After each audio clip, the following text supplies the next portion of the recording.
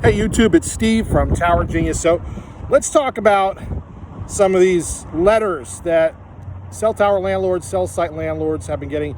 The ones that I've seen recently are for tower landlords. And these letters say, right in the subject line, criteria for cell site retention. All right, so this is what you got to do basically if you want to keep your cell tower. So it's pretty threatening sounding, right? So this is kind of like, Muggsy knocking on the door of your grocery store in the city and say, hey, you want protection? This is what you got to do. So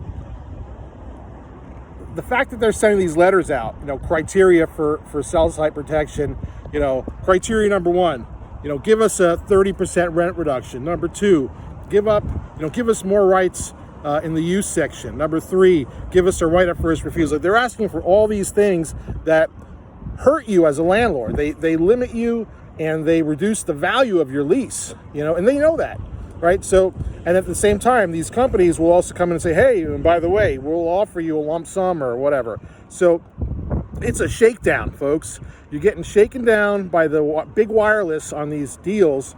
And even if you give them, let's say if you give them one of these rent guarantees and you meet the criteria for cell site retention, okay, that's good for what, 5-10 years? Baloney. What if things go awry in the economy? And Enron was a solid company, right? I'm not saying that any of these tower companies are going to go by the way of the dodo bird tomorrow. They're huge corporations that make tons of money. But at the end of the day, there is nothing that you can do as far as giving them a rent reduction that will not stop them from coming back to you again and again and again. Once you open that door, they know that you are the weakest link. Do not fall for these tricks from the industry.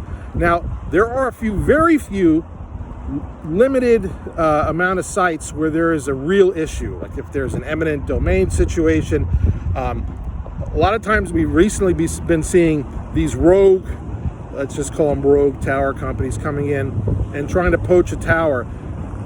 There's, even if you had given, let's say, one of the big three or big four a rent reduction, there's nothing stopping a competing tower company from trying to poach that tenant off of there. And, this will come back to bite these companies in the end.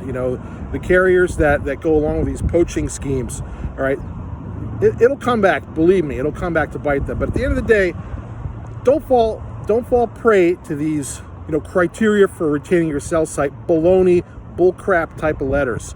It's a bunch of nonsense. 99.999% of them are just a scheme to get you to lower your rent. Period. End of story.